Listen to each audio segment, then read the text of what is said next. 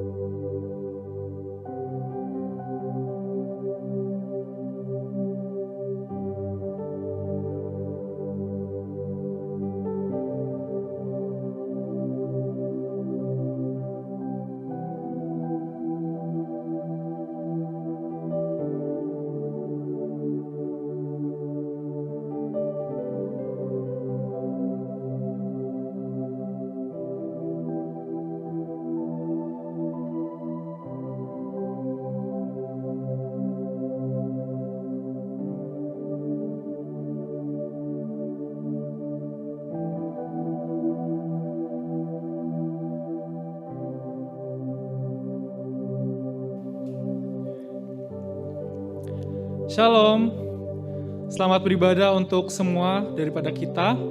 Di bulan Oktober kali ini kita akan memasuki bulan keluarga. Sebelum kita mulai ibadah intergenerasi kita pada hari ini, marilah kita memulai ibadah kita dengan suatu pengakuan bahwa pertolongan kita adalah di dalam nama Tuhan yang menjadikan langit dan bumi.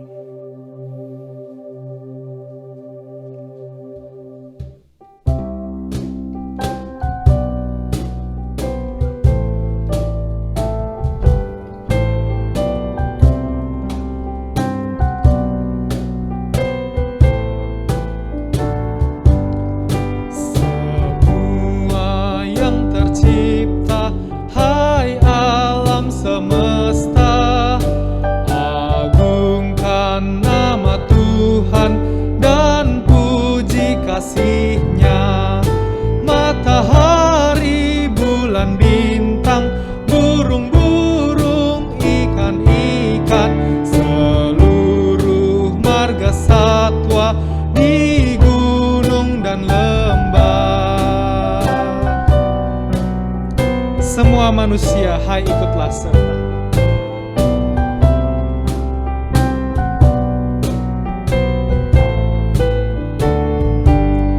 Semua manusia, hai ikutlah serta, memuji kasih Tuhan yang agung mulia. Dalam Yesus puteranya kita selamat selamanya. Segala sesuatu dibaharuinya.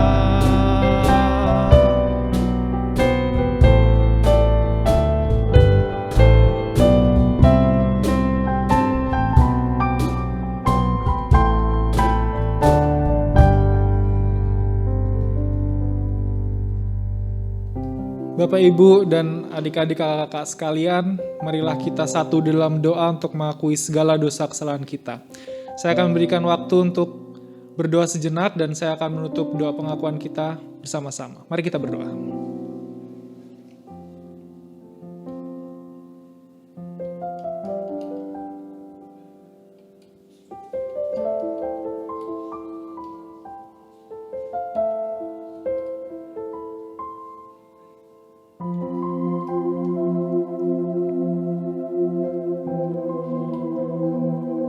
Ya Bapa, inilah doa dan permohonan kami ya Tuhan. Kiranya Engkau mendengar dan mengampuni segala dosa yang telah kami perbuat, maupun sengaja ataupun tidak sengaja. Ampunilah dosa kami ya Tuhan. Amin. Jemaat yang terkasih, bagi setiap kita yang telah mengakui dosa kita di hadapan Tuhan, diberikan berita anugerah sebagaimana tertulis di dalam 2 Korintus 5 ayat 17 hingga ayatnya yang ke-18. Jadi, siapa yang ada di dalam Kristus, ia adalah ciptaan baru. Yang lama sudah berlalu, sesungguhnya yang baru sudah datang. Dan semuanya ini dari Allah, yang dengan perantaraan Kristus telah mendamaikan kita dengan dirinya dan yang telah mempercayakan pelayanan pendamaian itu kepada kami. Demikianlah berita anugerah dari Tuhan.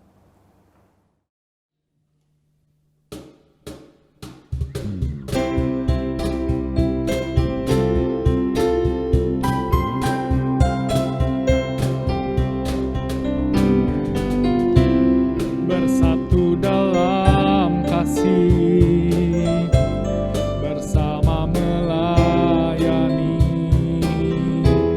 dan saling mengampuni. Ini doa kami, ini rindu kami, aku dan seisi rumahku, memuji dan memuliakan-Mu, penebusku, penyelamatku, penolong dalam hidupku.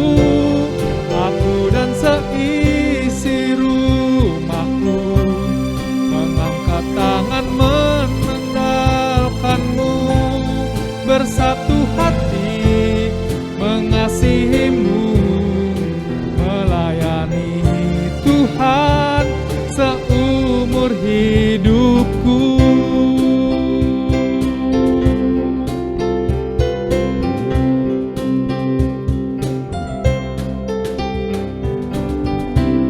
Bersatu dalam kasih, bersama melayani, dan saling mengampuni. Ini doa kami,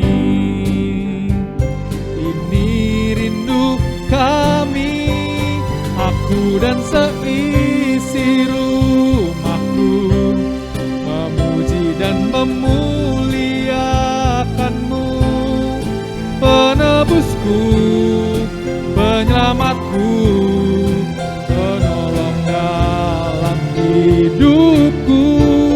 Aku dan seisi rumahku mengangkat tangan mengandalkan-Mu, bersatu hati mengasihi-Mu, melayani Tuhan seumur hidupku.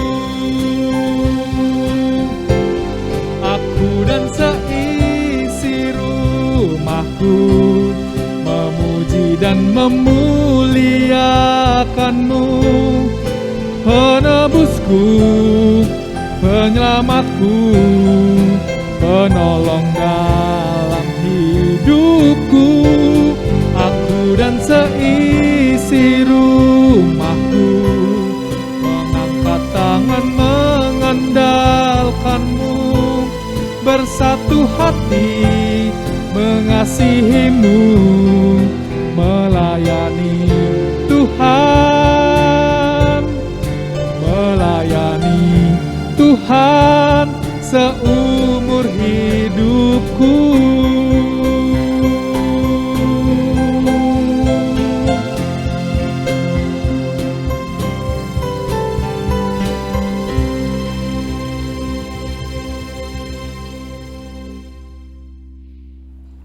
Bapak, Ibu, saudara-saudari, dan juga anak-anakku terkasih, mari kita bersatu di dalam doa.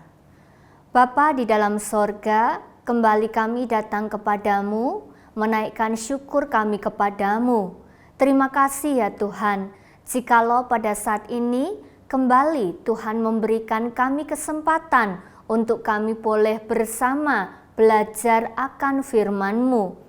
Berkati dan tolong setiap kami ya Tuhan, sempurnakan pemahaman kami ketika kami bersama akan membaca dan merenungkan sabda-Mu. Biarlah firman kebenaran itu boleh menjadi suluh bagi setiap langkah kehidupan kami. Dalam nama Tuhan Yesus, amin. Kitab Kejadian pasal 2 ayat 18 sampai dengan 25. Kitab Kejadian pasal 2 ayat 18 sampai dengan 25. Tuhan Allah berfirman, "Tidak baik kalau manusia itu seorang diri saja. Aku akan menjadikan penolong baginya yang sepadan dengan dia." Lalu Tuhan Allah membentuk dari tanah segala binatang hutan dan segala burung di udara. Dibawanyalah semuanya kepada manusia itu untuk melihat bagaimana ia menamainya, dan seperti nama yang diberikan manusia itu kepada tiap-tiap makhluk yang hidup, demikianlah nanti nama makhluk itu. Manusia itu memberi nama kepada segala ternak, kepada burung-burung di udara, dan segala binatang hutan. Tetapi baginya sendiri, ia tidak menjumpai penolong yang sepadan dengan dia. Lalu Tuhan Allah membuat manusia itu tidur nyenyak. Ketika ia tidur, Tuhan Allah mengambil salah satu rusuk daripadanya, lalu menutup tempat itu dengan daging. Dan dari rusuk yang diambil Tuhan Allah dari manusia itu, dibangunnyalah seorang perempuan, lalu dibawanyalah kepada manusia itu. Lalu berkatalah manusia itu, "Inilah dia, tulang dari tulangku dan daging dari dagingku. Ia akan dinamai perempuan, sebab ia diambil dari laki-laki. Sebab itu seorang laki-laki akan meninggalkan ayahnya dan ibunya dan bersatu dengan istrinya, sehingga keduanya menjadi satu daging. Mereka keduanya telanjang, manusia dan istrinya itu, tetapi mereka tidak merasa malu." Demikianlah sabda Tuhan. Shalom, Bapak Ibu, saudara-saudari yang terkasih di dalam Tuhan. Istilah atau konsep garwo itu bukanlah istilah yang asing ya, secara khusus buat orang Jawa dan juga buat kita yang saat ini tinggal di Jawa. Garwo itu kependekan dari sigaraning nyowo. Jadi kalau dalam bahasa Indonesia itu seringkali diartikan dengan belahan jiwa. Bapak Ibu, garwo adalah sebutan bagi suami istri dalam tingkatan yang paling tinggi atau yang paling halus dalam budaya orang Jawa. Dan ini menjadi menarik Bapak Ibu Saudara. Ya, menarik kenapa? Karena di dalam percakapan, di dalam keseharian kehidupan pasangan suami istri, rasanya kok jarang sekali itu ya kita menyebut atau memanggil pasangan dengan sebutan belahan jiwaku. Rasanya kata belahan jiwaku itu hanya kita sampaikan, hanya kita lontarkan di dalam event atau momen-momen tertentu saja. Misalnya ketika ulang tahun pernikahan, tetapi tidak di dalam keseharian. Nah, tetapi bagaimana dengan orang Jawa? Nah, ini saudara menariknya ya.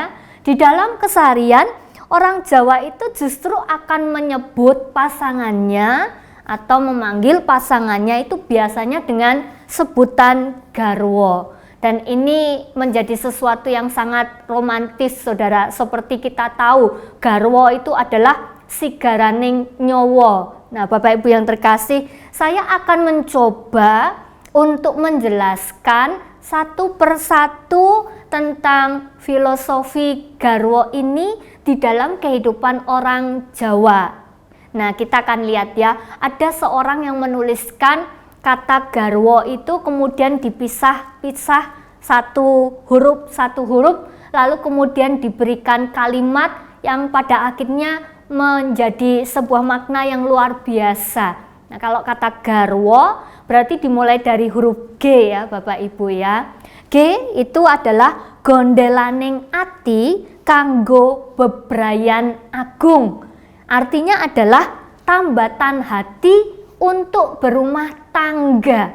Lalu kemudian A itu asmoro suci limbaran tresno kang tulus. Artinya adalah cinta yang tulus sebagai dasar hidup berumah tangga. Lalu kemudian R itu rengkuhan badan lahir lan batine, elek lan apike, susah lan senenge. Artinya adalah rengkuhlah lahir dan batin semua kebaikan kelebihannya dan kejelekan kekurangannya, sedih dan senang. Lalu kemudian W itu wujud loro kang nyawiji sing bisa nyimpen wadi siji lan sijine. Artinya adalah perwujudan dua menjadi satu yang dapat menyimpan atau menutupi rahasia satu dengan yang lain. Ya, ini terkait dengan rahasia ini adalah kekurangan dari pasangannya masing-masing ya. Lalu kemudian A itu di sini dikatakan ateges kang sinebut akrami dudu bondo rupa dudu pangkat derajat. Artinya adalah akrami itu pernikahan Bapak Ibu Saudara ya. Jadi di sini mau mengatakan bahwa pernikahan itu bukan persoalan harta benda. Pernikahan itu bukan persoalan karena dia cantik, karena dia tampan. Persoalan itu pernikahan itu bukan persoalan tentang derajat ataupun pangkat atau kedudukan. Nah, Bapak Ibu yang terkasih, saya membayangkan, wah ini luar biasa ya, sedemikian dalam makna garwo dari sudut pandang pemikiran orang Jawa. Jadi kalau yang satu itu terluka, yang satu itu juga ikut merasakan terluka. Kalau yang satu itu menangis, yang satunya itu juga menangis. Tetapi kalau yang satunya itu tersenyum bahagia, maka yang satunya juga ikut tersenyum dan bahagia Bapak Ibu Saudara. Sebagaimana pemaknaan garwo sigaraning nyawa. Nah, ada sebuah kisah Bapak Ibu. Kisah ini terjadi di Jepang ya. Ketika seseorang itu ingin merenovasi rumahnya, maka dia harus meruntuhkan bagian dari tembok, salah satu sisi tembok rumahnya. Dan yang menarik adalah rumah di Jepang itu biasanya memiliki ruang kosong di antara tembok yang terbuat dari kayu. Nah, ketika tembok itu mulai diruntuhkan, dia terkejut karena dia itu menemukan seekor kadal yang terperangkap di antara ruang kosong itu karena kakinya itu melekat pada sebuah paku dari salah satu paku yang menancap ya. Jadi paku itu menancap di kaki kadal itu. Nah, dia penasaran luar biasa itu ya. Dia juga kasihan ketika melihat kadal tersebut dan dia mencoba untuk mengecek, dia mencoba untuk kembali mengingat bagian paku ini tuh dipasang kapan begitu. Dan dia ingat bahwa paku itu dia pasang kurang lebih 10 tahun yang lalu. Wah, dia tambah terkejut Bapak Ibu ya. Ya bagaimana tidak itu ya. Dia bertanya, ini bagaimana kadal ini bisa bertahan hidup sedangkan dia terperangkap sekian lamanya di tempat itu. Dia tidak akan bisa kemana-mana karena kakinya itu tertancap paku. Lalu bagaimana dia bisa makan dan juga seterusnya. Rasanya kok tidak masuk di akal gitu ya. Rasanya kok mustahil kalau dia itu bisa bertahan hidup sampai dengan hari itu. Nah, karena penasarannya maka dia itu mencoba untuk memperhatikan apa yang sebenarnya terjadi. dan dia itu sangat terkejut ya. Tiba-tiba ketika dia memperhatikan, dia itu melihat ada seekor kadal yang lain datang. Seekor kadal yang lain itu datang dengan membawa makanan di mulutnya, Bapak Ibu ya. Jadi rupanya ada kadal yang lain yang datang dan memberikan makanan untuk kadal yang terperangkap di bagian rongga tembok tersebut, Bapak Ibu. Nah, saya mau katakan melalui kisah ini ya. Jadi ketika garwo, yang satu susah, yang satunya juga susah, yang satu senang, yang satunya juga senang. Jadi dia bisa ikut turut merasakan apa yang dirasakan oleh pasangannya. Nah, saudaraku, kita sudah mencoba untuk mencermati garwo dari sudut pandang filosofi orang Jawa.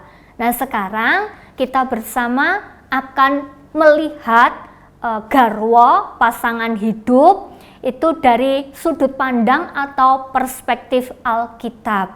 Bapak Ibu, mari kita kembali melihat Kejadian 2 ayat 24 sampai dengan ayatnya yang ke-25. Sebab itu seorang laki-laki akan meninggalkan ayahnya dan ibunya dan bersatu dengan istrinya, sehingga keduanya menjadi satu daging.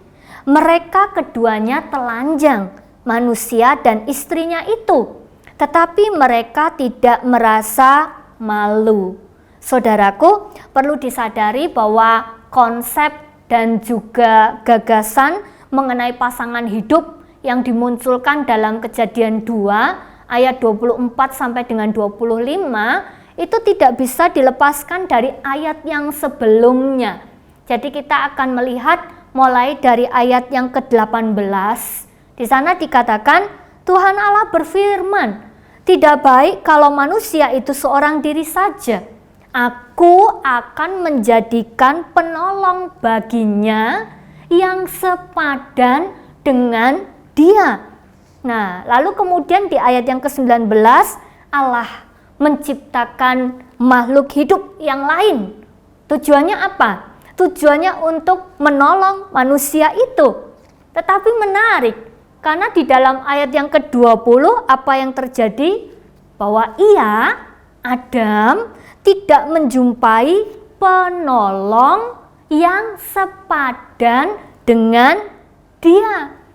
Oleh karena itu di dalam ayat yang ke-22 Allah bertindak. Apa yang dilakukan oleh Allah? Ketika Allah mendengarkan seruan dari Adam, ungkapan hati Adam, tidak ditemukannya penolong yang sepadan dengan dia, Allah tidak tinggal diam. Allah membentuk, Allah menciptakan perempuan itu, Allah menciptakan Hawa. Dan yang perlu kita sadari adalah Allah membentuk, menciptakan Hawa itu bukan berdasarkan pikiran Allah sendiri, tetapi juga oleh karena seruan atau ungkapan dari Adam. Nah, perempuan dibentuk, diciptakan dari tulang rusuk Adam, bukan dari debu tanah ya. Ini menjadi petunjuk bahwa sebenarnya Hawa dibentuk, diciptakan untuk menjadi penolong yang sepadan. Allah menciptakan Hawa dari tulang rusuk Adam untuk menunjukkan bahwa untuk menunjukkan kepada Adam bahwa Hawa itu adalah bagian dari dirinya, Dan lihat apa yang terjadi ketika Tuhan membentuk Hawa. Tuhan membuat Adam itu tertidur dengan nyenyak, sehingga ketika dia melihat, responnya itu luar biasa. Responnya bisa kita lihat di dalam ayatnya yang ke-23. Inilah dia, tulang dari tulangku dan daging dari dagingku. Nah, luar biasa ya. Kata inilah ya, itu menjadi satu penunjuk bahwa ini adalah momentum penemuan belahan jiwanya ya. Dia menemukan orang pasangan penolong yang sepadan dengan dia. Bapak Ibu yang terkasih di dalam Tuhan, Hawa diberikan kepada Adam untuk menjadi setengah bagian yang melengkapi setengah bagian yang lainnya.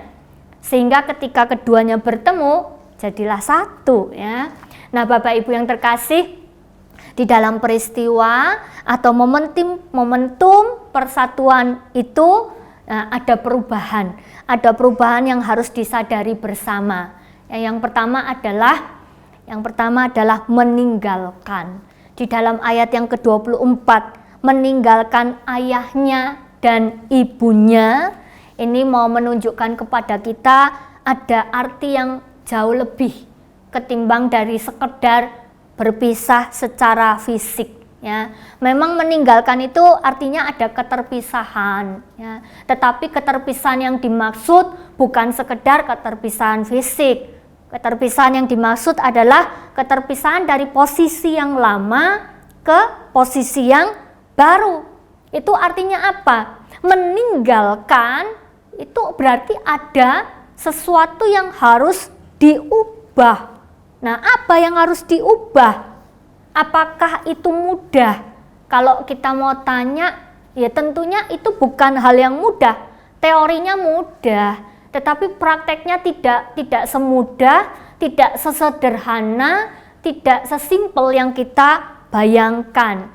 Oleh karena itu Bapak Ibu, kita mau bersama belajar bahwa yang pertama ya, ketika seseorang sudah memutuskan untuk mau menikah, maka harus disadari bahwa hubungan antara orang tua dengan anaknya yang sudah menikah itu bukan lagi hubungan seperti anak-anak dengan orang tua, tetapi hubungan sebagai layaknya sama-sama orang dewasa ya. Karena itu ini menjadi pengingat bagi orang tua, mari stop memperlakukan mereka sebagai orang yang belum dewasa. Mereka tetap anak.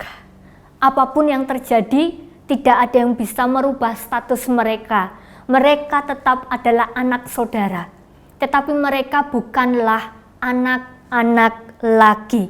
Artinya apa? Kalau mereka berani mengambil keputusan untuk melangkah hidup berumah tangga, itu berarti mereka memiliki tanggung jawab dengan keputusan mereka.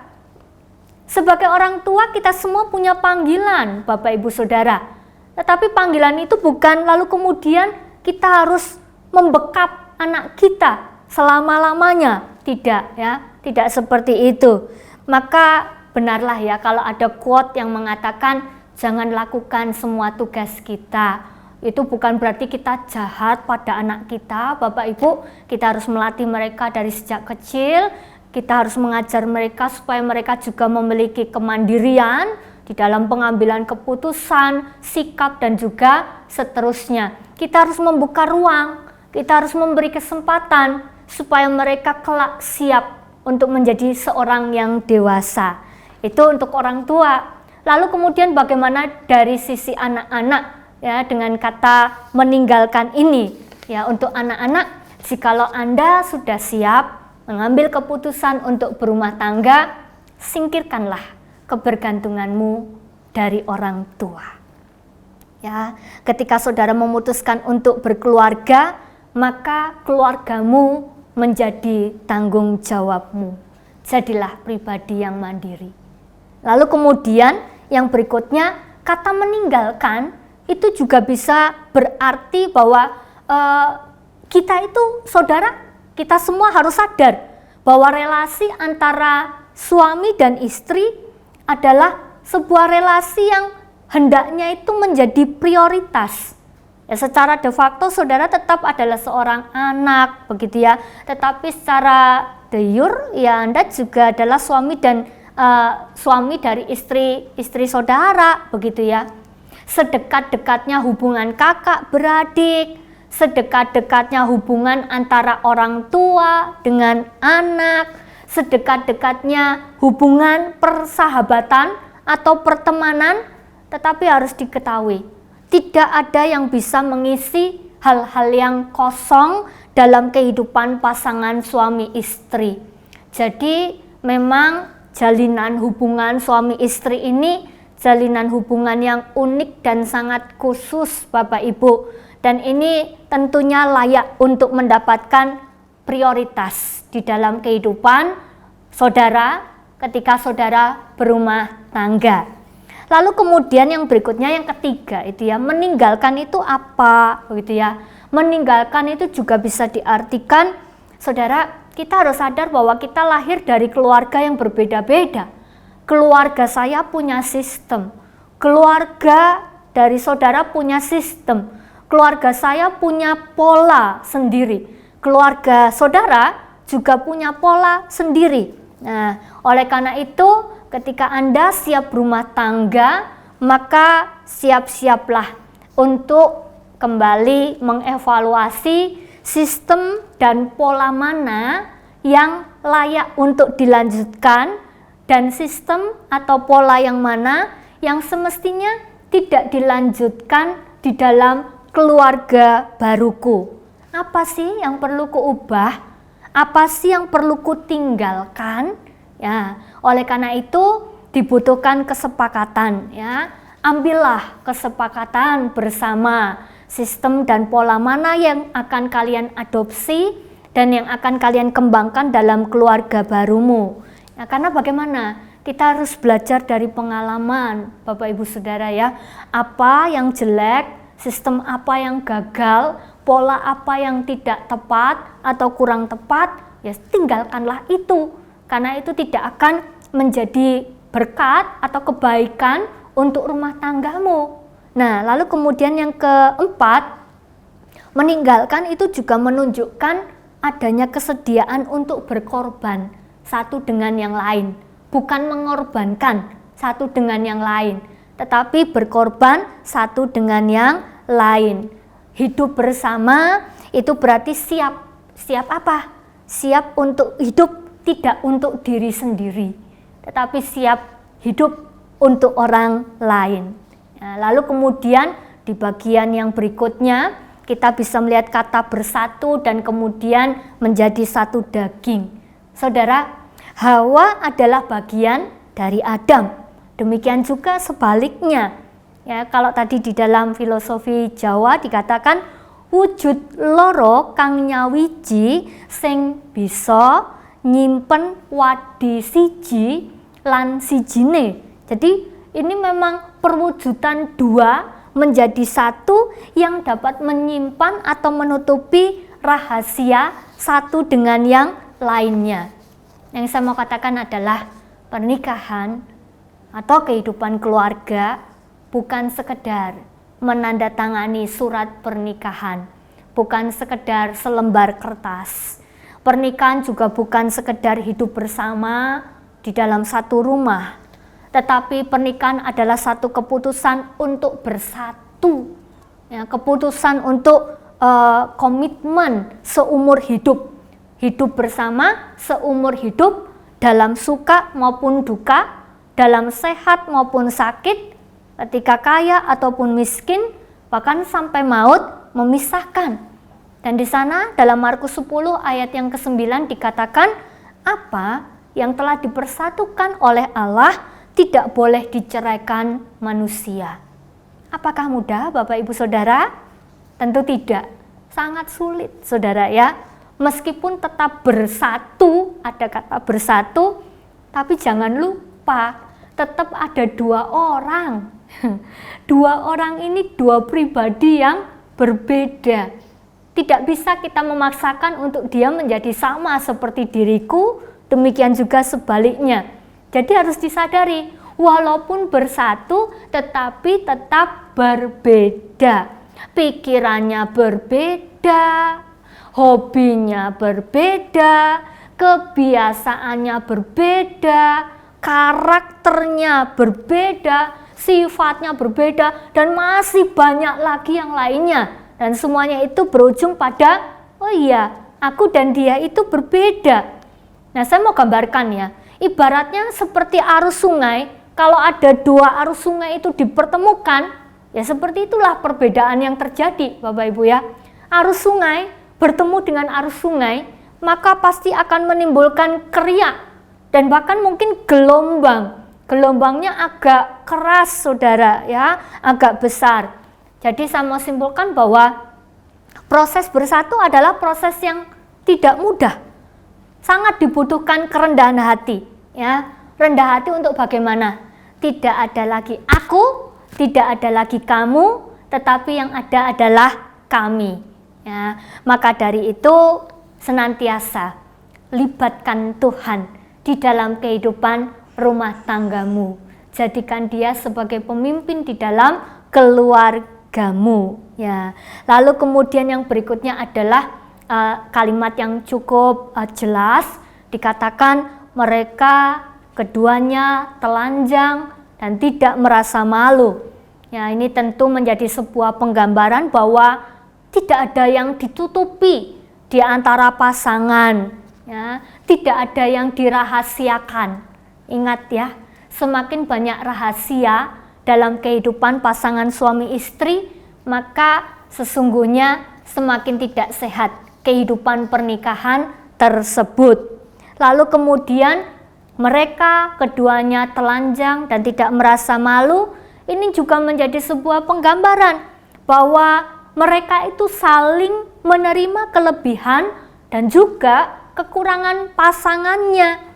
Nah, kalau dalam filosofi tadi dikatakan rengkuhan badan lahir lan batine, elek lan apike, susah lan senenge.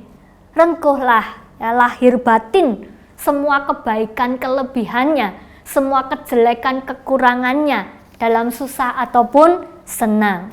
Tidak ada pasangan yang sempurna. Tidak ada pasangan hidup yang sempurna. Karena memang dia bukan Superman atau Superwoman, saudara.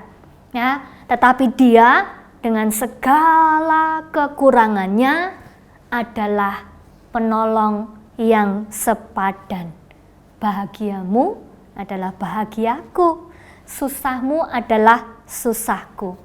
Mari saudara, bagi kita yang saat ini sudah berumah tangga atau merencanakan untuk berumah tangga, kita harus berusaha untuk membuat dia yang tinggal hidup bersama dengan aku menjadi pribadi yang lebih baik lagi. Amin. Mari Bapak Ibu yang terkasih, kita akan bersatu di dalam doa. Tuhan Allah Bapa, terima kasih kalau pada saat ini kembali kami boleh diingatkan. Begitu luar biasa karunia yang Tuhan berikan kepada kami manusia. Terima kasih untuk setiap kami yang Tuhan beri kesempatan untuk kami boleh hidup berkeluarga, karena itu adalah karunia yang indah. Terima kasih ya Tuhan. Namun lebih dari itu, ajar kepada setiap kami untuk kami boleh terus belajar menghargai keberadaan pasangan kami. Terima kasih Tuhan, kami sadar bahwa dia punya kelebihan, namun dia juga memiliki kekurangan. Di dalam kekurangannya sekalipun, Tuhan mau katakan bahwa dia adalah penolong yang sepadan. Terima kasih ya Tuhan, ajar kami untuk kami boleh menghargai, menghormati pasangan hidup yang Tuhan tempatkan di dalam kehidupan kami. Bapa dalam sorga, pada saat ini kami juga menaikkan syukur karena Tuhan beri kami kesempatan untuk kami boleh menaikkan doa syafaat kami. Tuhan, kami mau berdoa untuk masa penghayatan hidup berkeluarga. Tuhan berkati untuk tim yang ada, yang sudah dibentuk. Tuhan kiranya menolong agar setiap hal yang sudah direncanakan, semua yang telah dipersiapkan, boleh terlaksana dengan baik dan menjadi berkat bagi banyak keluarga. Ya Bapa dalam sorga, tak lupa kami juga mau berdoa, mengucap syukur kepadamu kalau saat ini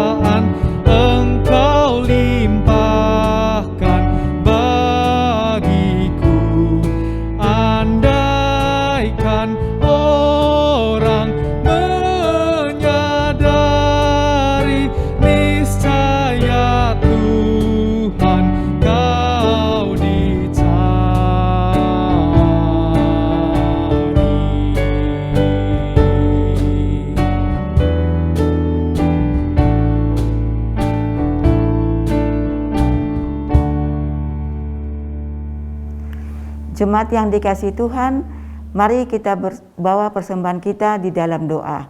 Kita bersatu di dalam doa. Allah sumber yang maha kasih, yang senantiasa memberkati kami dengan kelimpahan berkat. Terima kasih kami aturkan kehadirat-Mu ya Tuhan, di mana Engkau sudah melindungi kami, meskipun dalam keadaan sulit seperti saat ini, kami masih boleh membawa persembahan sebagai rasa syukur kami kepadamu. Kiranya Tuhan memberkati persembahan ini agar layak dipergunakan untuk kemuliaan nama Tuhan. Berkati setiap kami yang boleh memberi dengan penuh sukacita. Berkati juga majelis jemaat dan siapapun Tuhan yang akan mengelola persembahan ini. Biarlah semuanya mereka lakukan hanya untuk kemuliaan nama-Mu. Terima kasih Tuhan Yesus, ampuni segala dosa kami. Ketika kami memberikan persembahan ini, ada terselip yang kurang berkenan di hadapan-Mu, agar kami tetap layak disebut menjadi anak-anak-Mu. Di dalam nama anak-Mu Tuhan Yesus Kristus, kami telah berdoa dan mengucap syukur. Amin.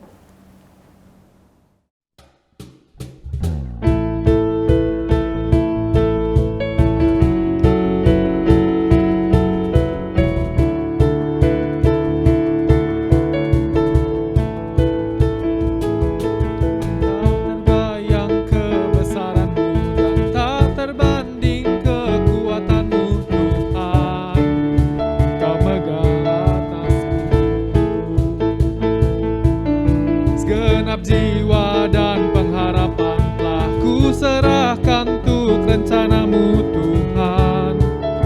Kau Raja atasku, hanya Kau yang layak ditinggikan.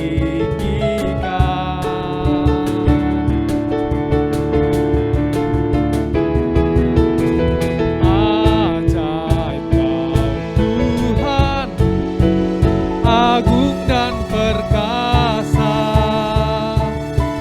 Kau sumber kemenanganku, layak berkuasa, memerintah selamanya. Yesus, Kaulah Raja mulia.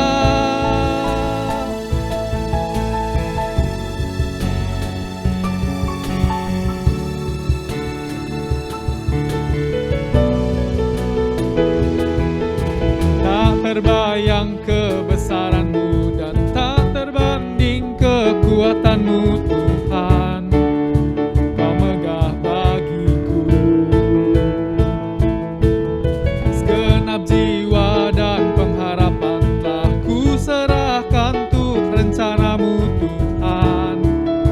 Kau megah atasku. Hanya Kau yang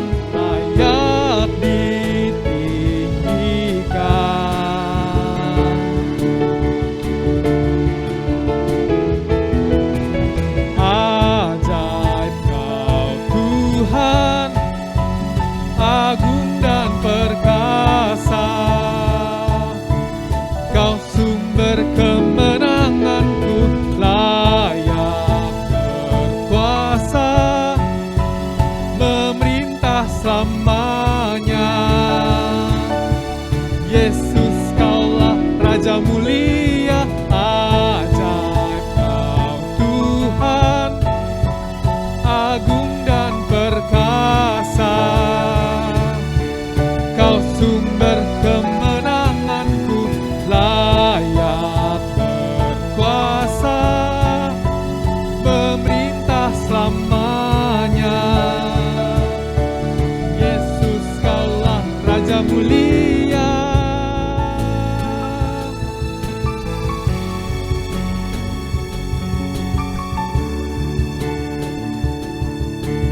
Yesus, Kaulah Raja mulia.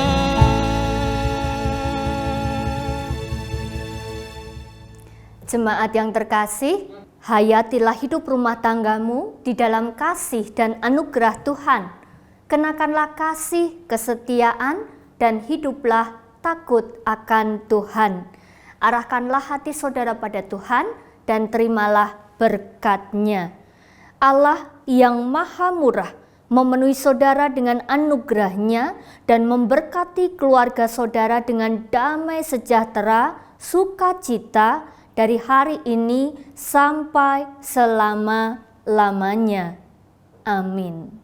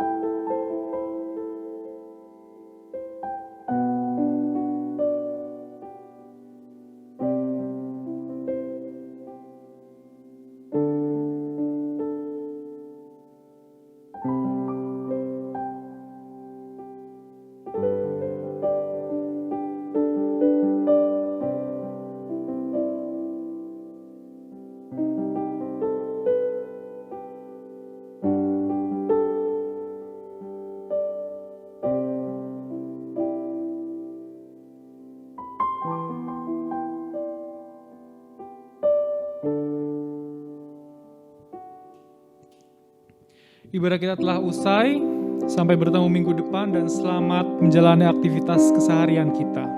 Sampai jumpa.